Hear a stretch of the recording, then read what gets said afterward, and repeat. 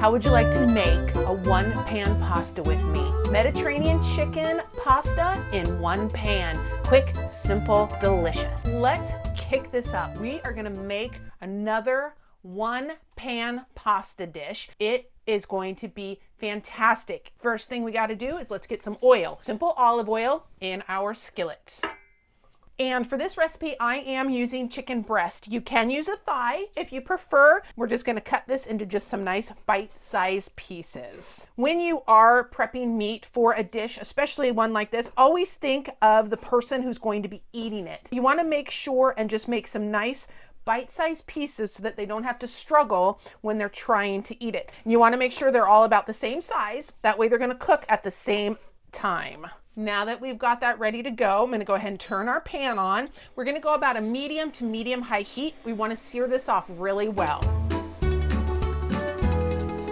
And you know how it is with one pan pasta dishes. The possibilities are endless. We've talked about it before, where you pick your noodles, you pick your sauce, you pick your protein. You can build anything. This one, we're going to use spaghetti noodles this time. And as always, when we get to that stage, remember, 2 minutes off the cook time, they'll be perfect.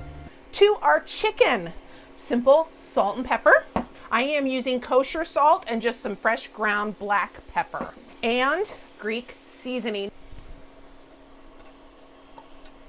Red pepper flake, that's gonna add a little bit of heat to the dish. And now the chicken, because we are going to add liquid to it, the pasta to it, all of that, you only want to cook the chicken to about 85% done because it is going to continue to cook, especially if you're using a chicken breast. They do tend to dry out. Now that that has started to cook, we're going to go ahead and add 2 more ingredients. We've got some minced garlic. You can use a garlic paste if you would like. You can use whole garlic cloves that you smush in a garlic press. I cheat and I buy the pre-minced garlic. Makes it so much easier. And sun-dried tomatoes. These are sun-dried tomatoes that have been in a jar with olive oil. Oh, it's gonna be fantastic. Once I dump it in there, oh, that aroma. I love sun-dried tomatoes. I will say though, sun-dried tomatoes are an acquired taste. If you're not a fan of them, just add in whatever you prefer as far as this goes. If you don't like sun-dried tomatoes, don't put them in. Put in cherry tomatoes. You could chop up some cherry tomatoes or whole cherry tomatoes even.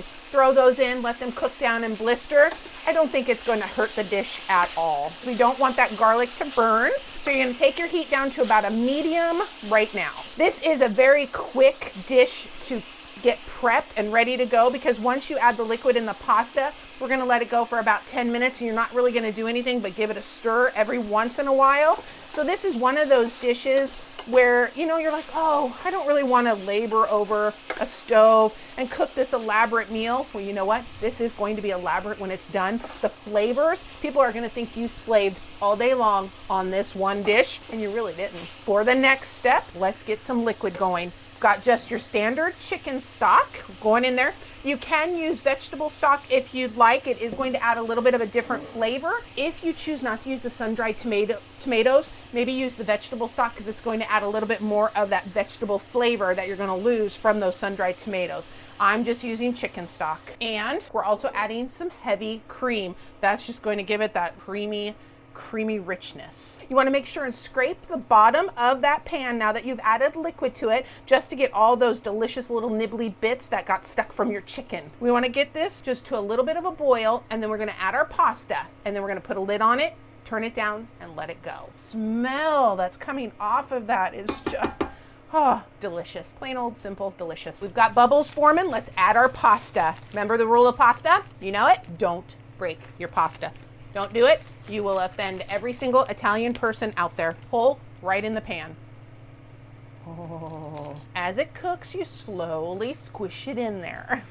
Don't break your pasta. Now that I do have a boil, even though my pasta is not completely in there, we're gonna go ahead and turn it down. We don't want it at a rolling boil. You want it more of a light boil, easy boil, more of a simmer, like a step above a simmer. How about that? Once that pasta has softened up enough to fit in the pan, make sure that it is submerged in your liquid. And the next step is get that last piece in there. We're gonna cover it up and you're gonna let this go. Whatever pasta you are choosing to use, look at your cooking instructions. instructions, take 2 minutes off, and that's what you want to let this go for. So mine says like 9 to 11 minutes.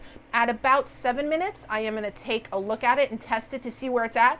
As it's at this stage, about halfway through your cook time, give it a stir just to make sure that all those flavors are melding together wonderfully. So I'll see you back here in about 10 minutes. My pasta has been going for about 8 to 9 minutes now, so we're going to go ahead and take the lid off. This is going to allow the liquid now to evaporate a bit more to thicken up that sauce. You see how much thicker that is already? It's just going to get even better. While we're at this stage, let's prep the remaining ingredients. Artichoke hearts. Just a standard jar of marinated artichoke hearts. I've drained out the liquid. You don't want the liquid, you just want the hearts. Try not to make too big of a mess. And they don't even have to be uniformly chopped. Just rough chop works fine. But again, think of the person who's eating it. You want them to be nice little bite-sized pieces. You don't want to get a huge chunk of artichoke heart in one bite. And Kalamata olives. Now, I'm not going to drain the liquid out of this because I'm not going to use the whole jar. Use as many or as little as you like. It's all preference. If you've had Kalamata olives before, you know they are quite a pungent flavored olive. So, you know, I don't want too much in there. And I'm just cutting them in half. Just again, bite-sized pieces. I think that's going to be plenty. Kalamata olives, very strong flavor. Once the liquid is almost gone like that, we're going to go ahead and add in the rest of our ingredient. Feta cheese.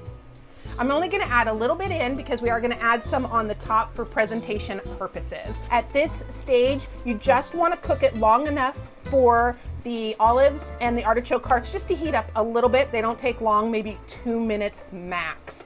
And that's it. You want to make sure that you have a little bit of liquid left in the bottom because you're going to put that over the noodles when you dish it up, but you don't want a lot. You don't want a lot of liquid in there because those noodles have absorbed that flavor. So Mediterranean chicken pasta is not one like a spaghetti where you dump the sauce over it and you've just got all this sauce. By cooking the pasta in there, that pasta has absorbed the flavor. That's all you want is the flavor. You don't want drippy sauce, not in something like this. I hope you've enjoyed this episode. If you have, love a thumbs up. I'd love a subscribe. Check out some of our other videos that we've got. You ready for this? You want to know what we're doing next? We are going to do a jalapeno popper stuffed smash burger.